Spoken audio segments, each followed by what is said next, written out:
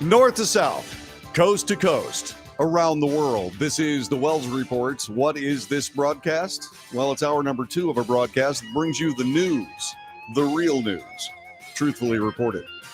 We do analyze the news for fact and bias. We point out both. We then make commentary. That's not the news. That is my opinion, just as valuable as yours. So share it. Share your opinion with me. That's debate. News, analysis, commentary, and debate. We do 3 podcasts every single day here on the Wells Report. I just realized something. I need to make one quick little edit here as our crawl continues across the screen. There we go. Just to keep things straight. What I'm trying to do here is I'm trying to split this up into 3 different podcasts every day. And that means that behind the scenes, there's a whole lot of button pushing going on. And that is indeed what I've been up to here as we go from one hour to the other. It's a little rough at the beginning, but we'll get better at it. By the way, if you happen to be listening to this hour or watching this hour and we get to the end of it and suddenly the feed comes to an end, don't worry. I'll be back. Just wait for the next opportunity to rejoin the Wells Report live, and we'll do this until we come up with a better system, which may be probably in the future, just once again doing it all live, leaving one gigantic 3-hour lump out there, and then split it up later, which is probably where we're going to go, but we'll give it a shot. Gary says, it's sort of like NASCAR racing. You have stage 1, stage 2, and stage 3. You try not to crash in any of the stages, none. Yeah, he's got a point. Yeah, this is hour number 2. Thank you, Mike. Good to have you back. And we'll see if this continues to work. All right, so this hour of the Wells Report starts with a lawsuit, a civil lawsuit being plied against former President Donald Trump and his family. This by New York Attorney General Letitia James. She accuses the former president and the Trump Corporation of massive fraud. This is following a 3-year inquiry into the finances of the family business. So far, Letitia James has said that Trump has, quote, falsely inflated his wealth by billions of dollars to enrich himself and his family. The lawsuit seeks to effectively shutter the former president's namesake business, the Trump Organization. Mr. Trump thought he could get away with the art of the steal, but today that conduct ends. There aren't 2 sets of laws for people in this nation. Former presidents must be held to the same standards as everyday Americans. One quick thing about that. Be careful what you wish for. Be careful what you wish for here, right? All these people that are trying to chase down President Trump as if he's some sort of criminal had better be able to prove it. Because the card that they've laid on the table is that former presidents are no longer shielded by opportunistic politicians of the other side. And if you don't think that somebody's going to try to come after President Biden after the comedy that it appears as though his son is guilty of, you've got another thing coming. And all this attorney general from New York, they're putting cards on the table that are going to get picked up and played. They have to understand a few things here. What they're doing is creating chaos. Like I said yesterday on the broadcast, the reason that presidents are shielded from this kind of politically based, in my opinion,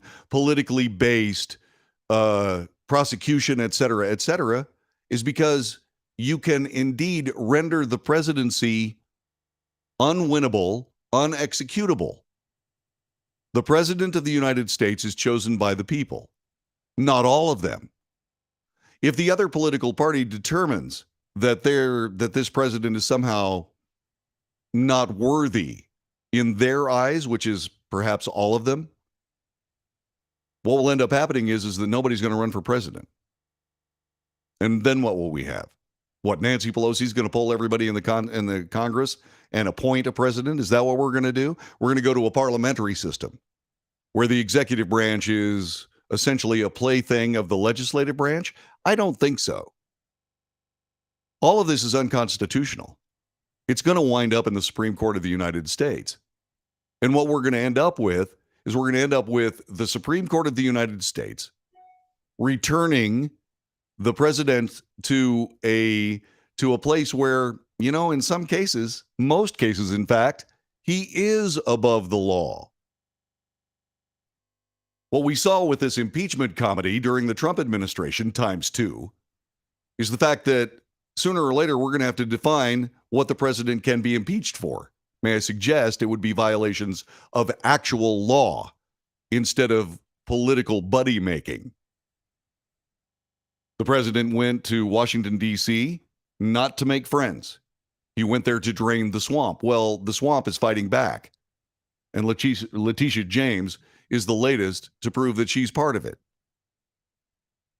But rest assured, all we're doing here is watching President Trump continue to flush out these people. The idea that a state attorney general would go after a president of the United States saying things like, nobody's above the law. Well, okay, that's fine, especially when we know that that's not true. Just remember, when this is over with, there will be people, say, for example, Ken Paxton from Texas, who will prosecute President Biden for influence peddling under Texas law. We've got problems here. This is not going away. This is becoming a mess. Now, are you saying, John, that what we've got here is we've got a situation where the president can be above the law? Yeah, we are. At some level, that has to be defined. Well, how's that going to work? Well, we'll see. Anyway, Letitia James said that President Trump falsely inflated his wealth. She has referred some of the allegations to federal authorities, including the Manhattan U.S. Attorney's Office and the IRS, for possible criminal investigation. They're not going to get anywhere with the IRS. The IRS has had the president's tax returns for decades. In order to be successful in prosecuting the president of the United States for anything having to do with the IRS, they're going to have to first declare that the IRS is incompetent. Are they really going to want to go down that road? Once again, this is turning into Moby Dick. It's actually Moby Dawn. What we're seeing here is we're seeing the left single-mindedly chase this president to earth, doing their dead level best, all the while being dragged deeper and deeper and deeper into an ocean from which there is no return. They need to stop. They need to stop. If they don't, they will destroy themselves. The extraordinary lawsuit, which also names children Donald Trump Jr., Ivanka Trump, Eric Trump, seeks $250 million in penalties, a permanent ban on the Trumps from running businesses in New York, legal actions attempting to block Trump and the Trump Organization from purchasing commercial real estate in New York for 5 years. They can't do that. They can't do that. James described an astounding pattern of fraud that allegedly represented a violation of the law. The lawsuit alleges that President Trump, with the aid of his children and senior executives of the Trump Organization, falsely inflated his net worth by billions of dollars to induce banks to lend money to the Trump Organization on more favorable terms that would otherwise have been available to the company. Okay, so let me see if I got this straight. So Letitia James is what? Trying to protect the banks that lent the Trump Organization money from being swindled by Trump? Did the banks complain about this to Letitia James? The answer is no. So what's Letitia James sticking her nose into it for? I'm not real sure that this particular part of this lawsuit has any legal merit whatsoever. And it's going to be mighty embarrassing if all this gets tossed out of a state court because there's no there. So she went on to say the false valuations, state officials assert, also sought to induce insurers to provide coverage at lower premiums. Once again, are they now the enforcement arm of insurance companies? Just like they're the enforcement arm of banks? It's none of their business.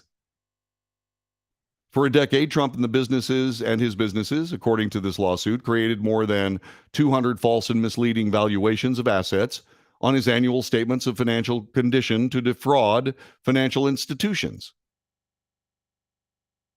That's a federal beef.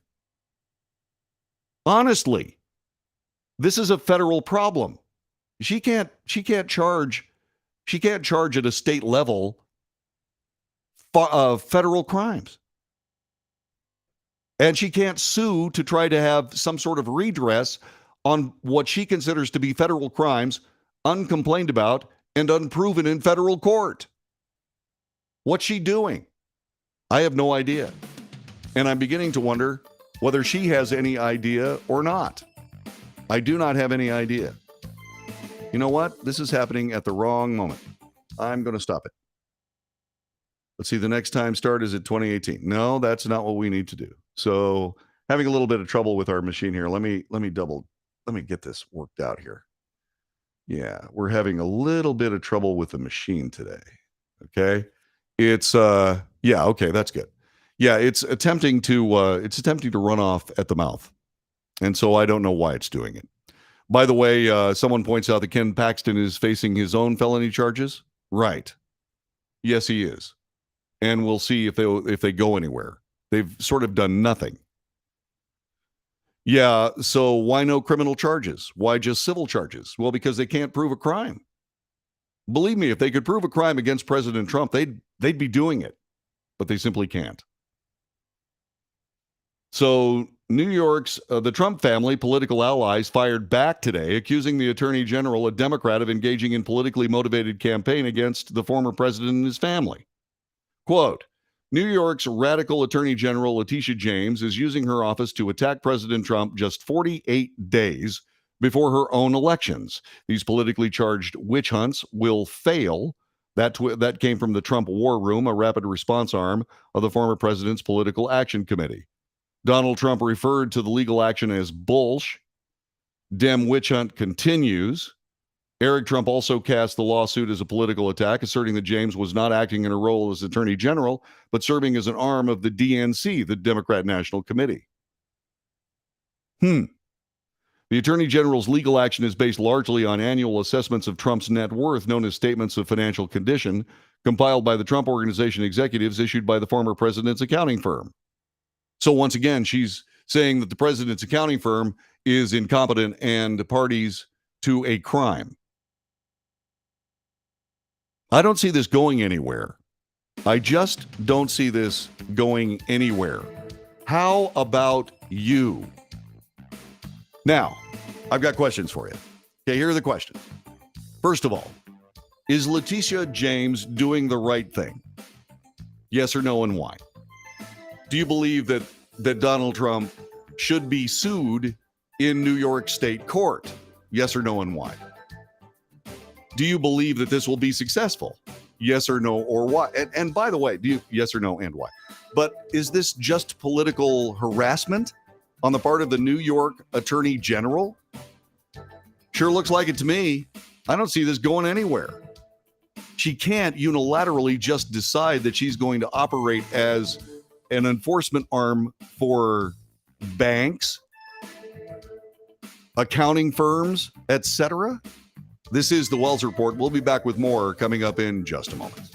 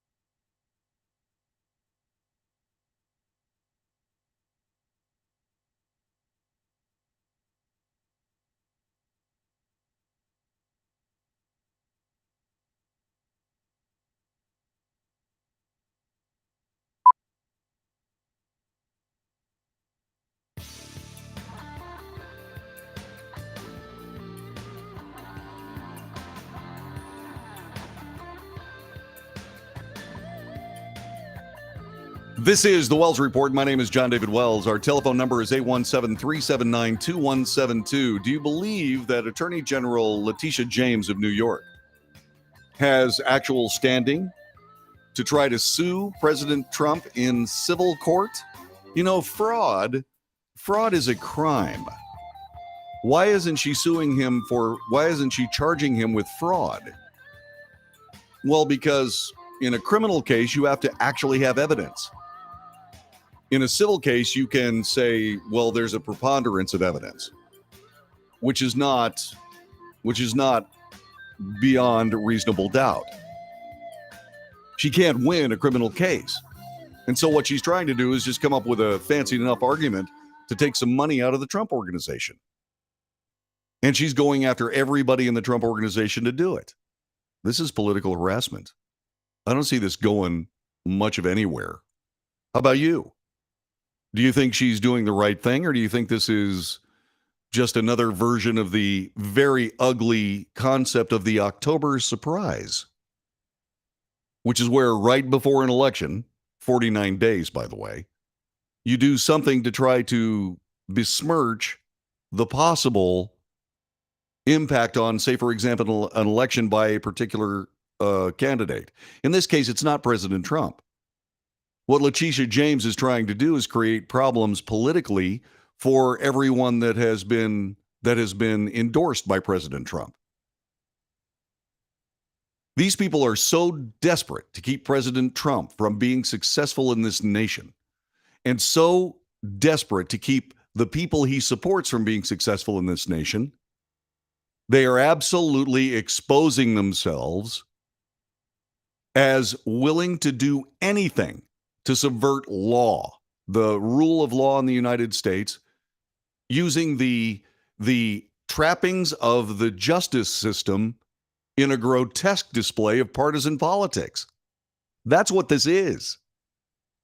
And it looks worse with every move they make. If you've got a case against President Trump, charge him. If you don't, then what you need to do is you need to back off. Let me give you another example of what we're dealing with here. In New York, a writer who accused former President Donald Trump of raping her in a department store dressing room, something you could see President Trump doing all the time, intends to file another lawsuit against him under the New York law letting sexual assault victims sue over attacks that happened decades ago. A lawyer for the columnist, E. Jean Carroll, notified a federal judge of her intent to sue when an August letter entered in the public record today. The suit would claim sexual battery and intentional infliction of emotional distress. In the letter, the lawyer, Robert Kaplan, said she also plans to, that's Roberta Kaplan, says she also plans to depose Trump in a defamation case that Carroll already had pending against the former president. The deposition would have to occur by October 19th, when discovery in the case must be completed for a planned trial in February. Trump's attorney, Alina Habba, did not immediately respond to a request for comment. In a letter August 11th to the court that was also posted in the public file yesterday, she objected to the new lawsuit. Habba wrote it, letting Carroll file the new claim would, quote, be extraordinarily prejudicial, unquote, to Trump given the looming trial deadlines in the defamation case. To permit the plaintiff to drastically alter the scope and subject matter of the case at such time would severely prejudice the defendant's rights. Therefore, the request must be disregarded in its entirety.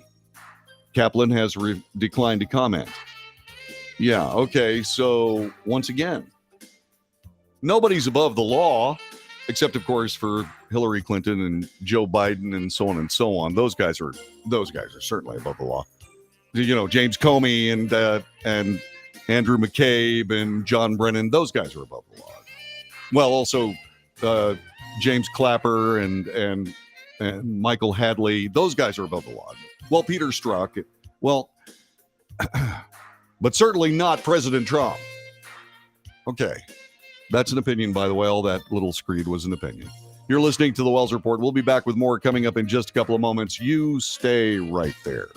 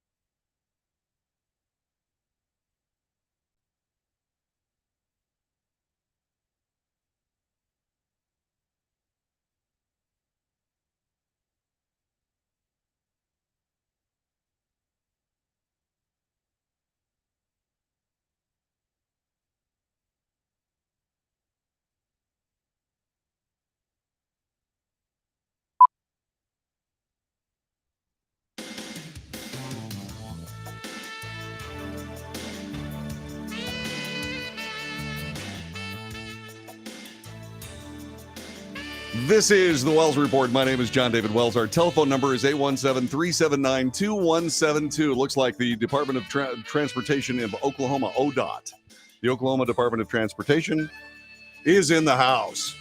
Thank you very much, guys. By the way, the the Oklahoma Department of Transportation has gifted this broadcast with its support for years now. And this broadcast is something that, while it started out as a radio broadcast being paid for by the radio station where I worked, now this is an independent voice. This is an independent voice. We don't work for a network. We don't work for any radio station, for example, at this particular moment. There are radio stations that pick up this show and run it as a matter of course, but we don't have a formal agreement with them. The only thing that I can say is that this broadcast is supported by you. And the Oklahoma Department of Transportation has very graciously, gifted this show with financial support. And you can do so too if you'd like to. By the way, it's not an official gifting. This money is not coming from the Oklahoma Department of Transportation. It's coming from a group of people that work there. It's totally personal. It's not official money. Please don't mistake that. What it is just wonderful support from a great group of people that work for the people of Oklahoma and around the country too, by the way. And Kelly Lyons is instrumental in that support. And she says, "We love you here in Oklahoma." Well, I love you right back. And this show is hopefully going to continue based on support by people like you and from the Oklahoma Department of Transportation. So in other words, if you'd like to support this broadcast, you can do it several different ways. By all means, share the broadcast with your friends. If you think this broadcast is valuable, share it with your friends. Subscribe to the broadcast. Give us some likes, okay? By the way, Kelly says if her phone starts ringing, she's going to give them my phone number. Here, let me do it. 817-379-2172. 817-379-2172. Tell them they'll be on the air. But I'll explain it to them. I'll explain it to them exactly right, just like I did, okay? So that was from Kelly. Yeah. That being said, if you'd like to put your money where my mouth is, you can go to patreon.com/The Wells Report, patreon.com/The Wells Report. You can subscribe for as little as $1 a month, and that money goes a long, long way. As a matter of fact, as I get all this stuff wrapped around in my arms and so on, I actually get to send out 1099 checks today. I get to do that. And that's because I have actual funding to send out. And that's because of you. And I sincerely appreciate it. Let's continue with the news here. Economically, the Federal Reserve raised the interest rates, a key interest rate, for the third time in a row to try to get a handle on national inflation. USA Today describes it this way: the Federal Reserve barreled ahead with a third straight outsized interest rate hike today in an effort to quash high inflation. But economists worry the campaign is increasingly risking a recession by next year. Make no mistake, there's only one way to stop inflation, and that is to create a downturn in the economy. The Fed is doing this. This is what they have done for decades. So there will be a recession next year. You have to keep that in mind. How deep it will be, we don't know yet. Because once again, these interest rate effects take about anywhere between 12 to 18 months to show themselves. And so they're dealing with this at this particular moment. All right? And nobody knows what these interest rates are actually going to do in the long term. In the short term, it will depress the economy. There are already people in major corporations, Google, Facebook, a lot of people cutting staff. So the unemployment numbers are going to start going up as the economy starts going down in this recession. And so we're going to be dealing with this, and it's all because the federal government decided to try to buy votes. Now, that's just an opinion. But that's the way it looks. So here are the nuts and bolts of this. The Fed raised its key short-term rate by 3/4 of a percentage point to a range of 3% to 3.25%, a higher than normal level designed to ease inflation by slowing the economy. It also significantly bumped up its forecast for what the rate will be at the end of both this year and 2023. Fed officials now predict the key rate will end 2022 with a range of 4.25% to 4.5%.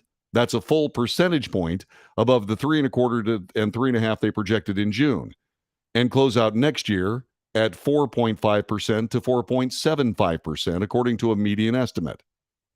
That suggests the central bank could approve another 0.75% hike in November and a half-point raise in December. That timing actually, to my untrained brain, I mean, I'm when it comes to this kind of stuff, I'm simply an observer. I'm not a banking expert in any way, shape, or form, certainly when it comes to macro banking. You and I, when we go to the bank, you and I go to the bank, that's micro banking. That's very small stuff, and there are solid rules. You borrow money at this particular rate, and it stays the same pretty much, unless you've got a variable rate note or something. So it's very straightforward. If you get beyond your bank balance, you overdraw your account, you pay fines, you pay the service charges, etc. Well, in macro banking, that's not the case. In macro banking, for example, you do things that are different. If a whole bunch of people like us, micro bankers, if we start defaulting on things, okay, then what happens is that banks tighten up money policy. If there are too many people that are defaulting on their loans in this particular bank, then the bank tightens up its monetary policy. Well, if that happens on a national or global scale, central banks have to loosen monetary policy.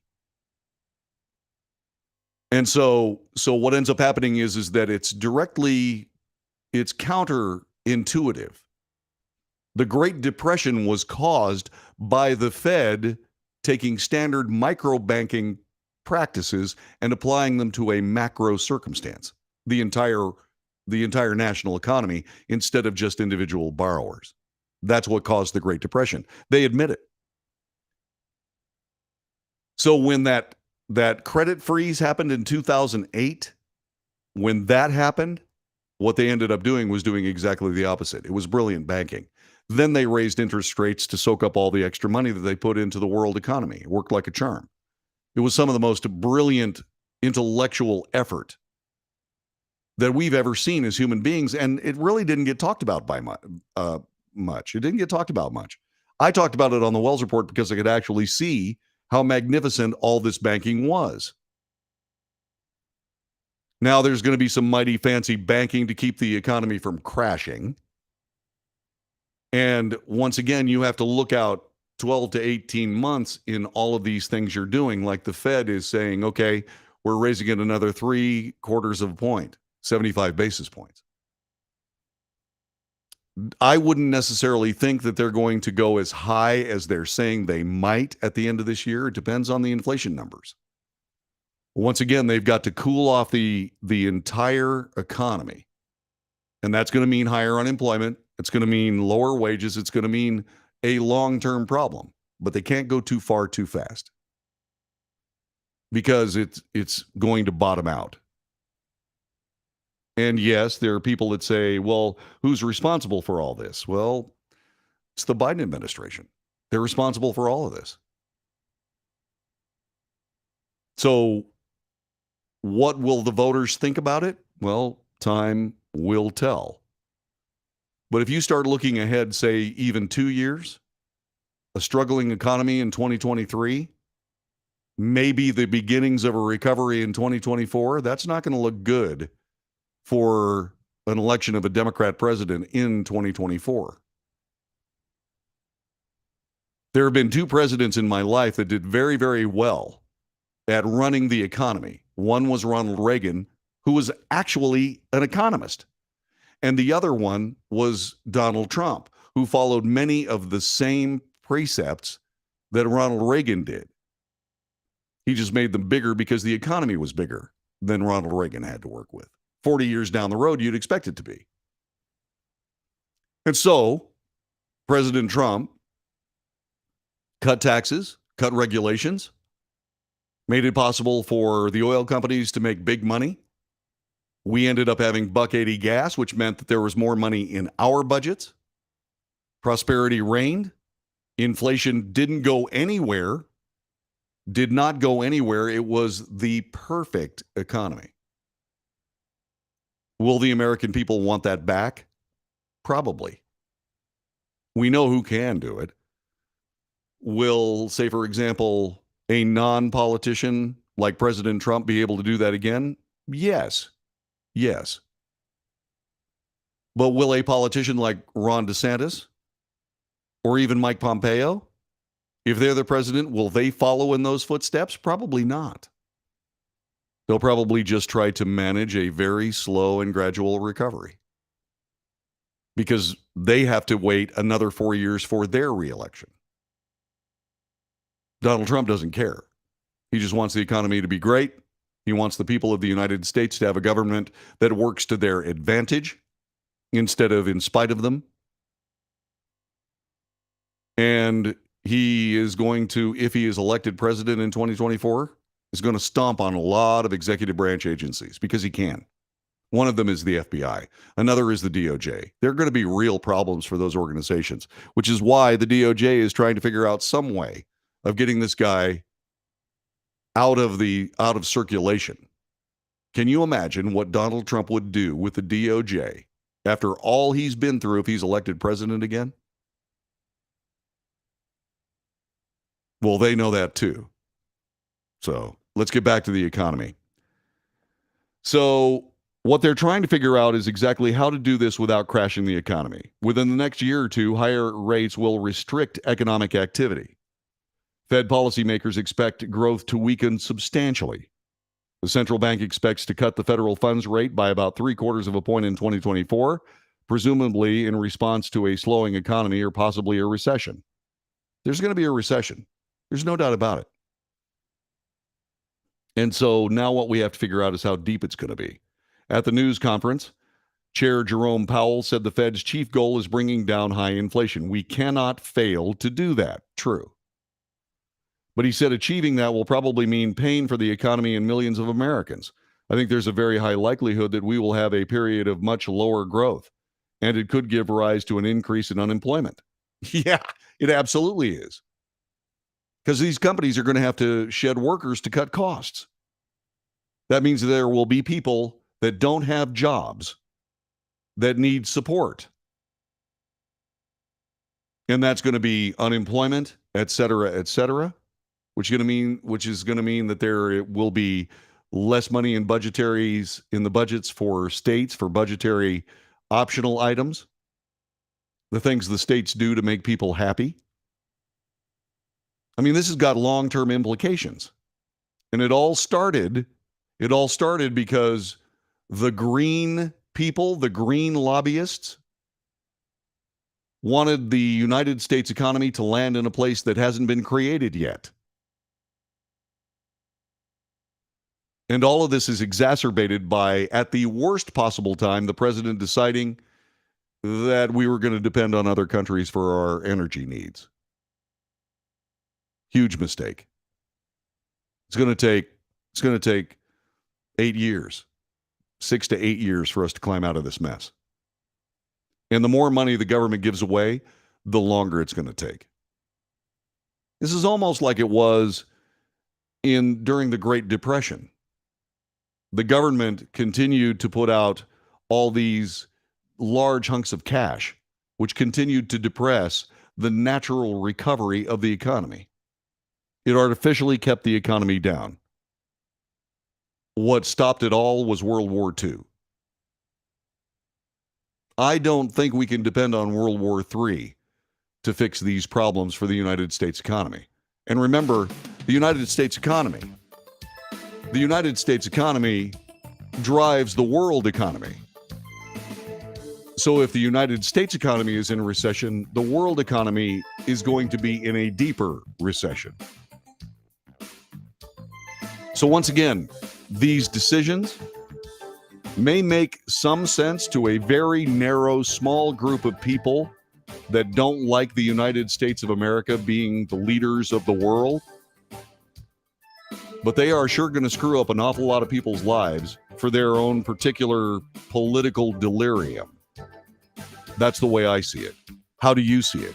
817-379-2172. 817-379-2172. You can join us on the chat room. We'll hit the chat room here in just a couple of minutes. We'll talk a little bit more about the economy as we continue in this second hour of the Wells Report for the 21st day of September. Back with more in just a moment.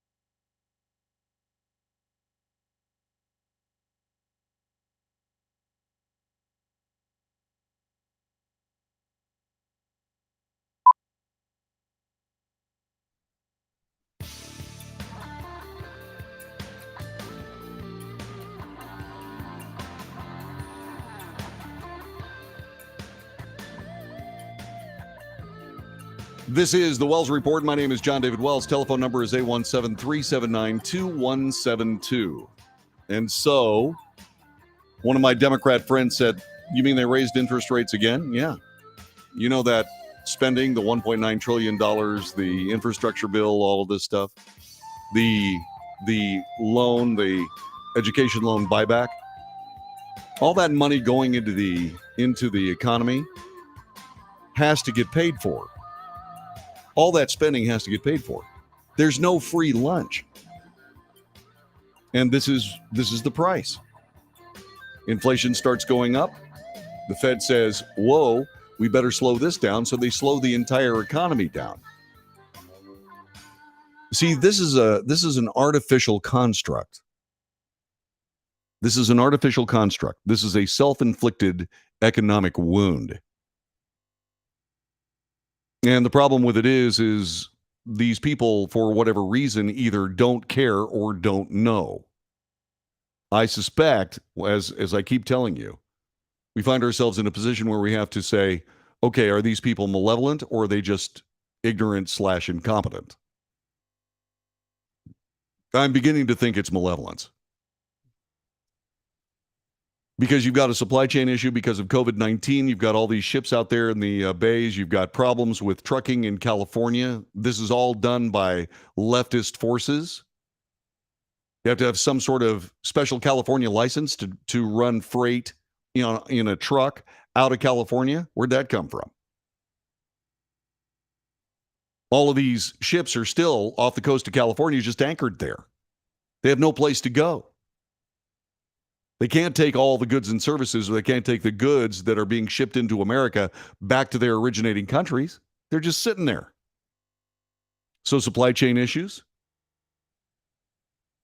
There is no backstop. There was a possibility of a rail strike that would have absolutely killed the economy, which is why the president got together with the railroads and got together with the unions and hammered out a last-second deal, because they would have had to depend on trucks, which means California was going to have to stop their purposeful stoppage of freight coming ashore.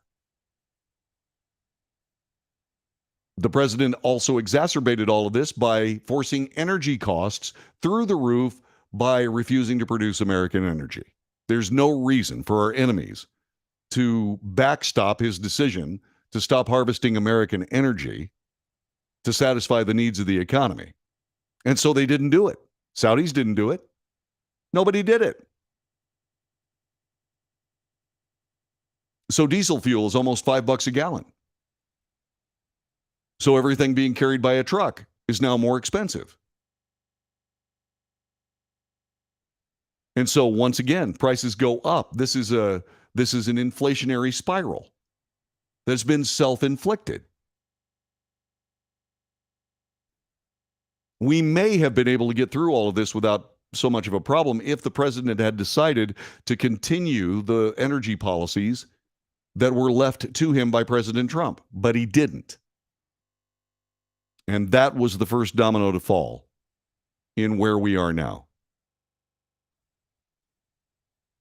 The Dow is off 522.45 points. That is 1.7%. So is the S&P. So's NASDAQ, about a point and a quarter. All the major indicators are down economically. The economic indicators are down. Consumer prices up. Basic inflation, that's inflation that does not include fuel costs, way up. Nobody talks about it. Yes, the discount for electric vehicles the government's giving out. Yeah, that's a problem. Auto manufacturing, increasing the price of electric vehicles to compensate. Yeah, you see, you want to buy an electric vehicle and the government says, hey, we'll give you $2,500 if you buy an electric vehicle. And the makers of electric vehicles immediately raise the prices of their cars $2,500. Because you were already planning on buying an electric vehicle anyway. Effectively, the government is now giving the car manufacturers, the electric car manufacturers, that $2,500.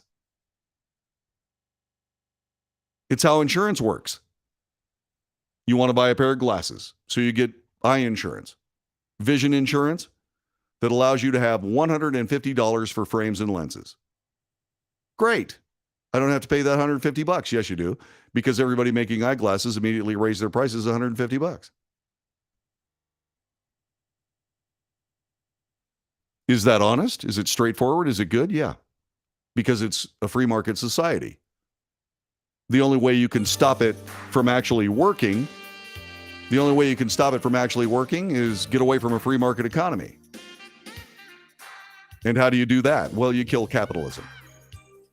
Well, how do you do that? Well, you start moving to a different system. Well, what system would that be? Socialism. Wait a minute, socialism doesn't work. Correct. So these people are trying to destroy the nation. They know exactly what's going to happen. So why are they doing that? I'll tell you why. Because we are letting them. We are letting them. This is the Wells Report. Stick around. By the way, we're going to disappear here for a minute, but then we're going to come back with hour number 3, and I'm going to try to get this process working so that it all works really, really well. So wish me luck. Thanks very much for being here. Another hour of the Wells Report is coming up in just a moment. Thanks very much for joining us. We'll be back before you can say some big, long word.